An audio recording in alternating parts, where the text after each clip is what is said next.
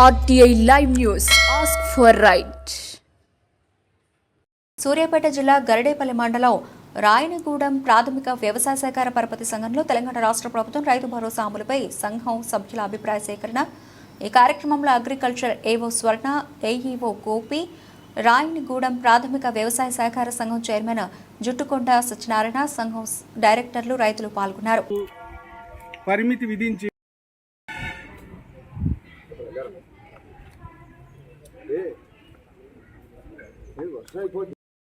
ప్రభుత్వం అమలుచేటకు రైతుల అభిప్రాయ సేకరణ ప్రాథమిక సహకార సంఘం ద్వారా రైతులు వేసుకుంటున్న సంఘ సభ్యులు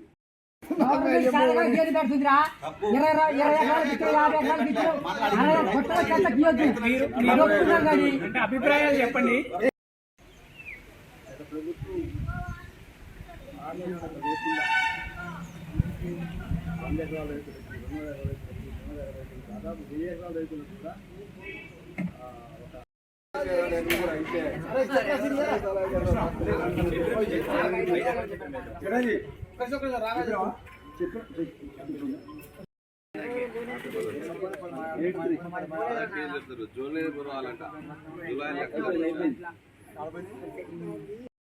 ఈరోజు వ్యవసాయ ప్రాథమిక సహకార సంఘం రాయనగూడెంలో మన రైతు భరోసా పథకంపై విధి విధానాలు ఖరారు చేయడానికి గాను మన రైతుల నుంచి, సంఘ సభ్యుల నుంచి మన ప్రజాభిప్రాయ సేకరణ అనేది తీసుకోవడం జరిగింది. ఈ ప్రజాభిప్రాయ సేకరించిన దాన్ని మన పై అధికారులకు పంపించడం జరుగుతుంది. రైతు భరోసా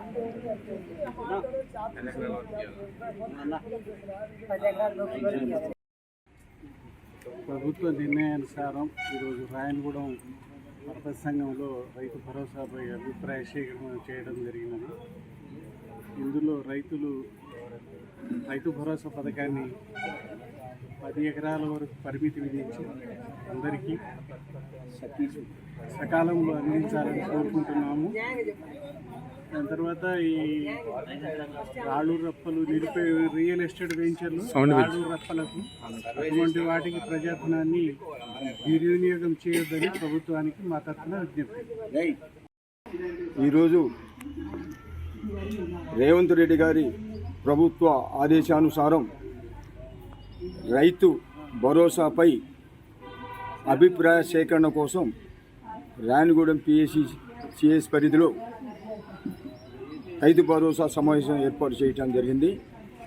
ఇట్టి సమావేశంలో రైతు రుణమాఫీపై, రైతు భరోసా ఎన్ని ఎకరాలకు ఇవ్వాలి, ఎంత కౌలు రైతులకు ఇవ్వాలన్నా ఇవ్వద్దా, ఐటీ ఎంప్లాయీస్ వీళ్ళందరికీ ఇవ్వాలన్నా వద్దా అనే దానిపై మేము సమావేశం పెట్టి ఆ సమావేశంలో రైతుల అభిప్రాయం తీసుకోవడం జరిగింది.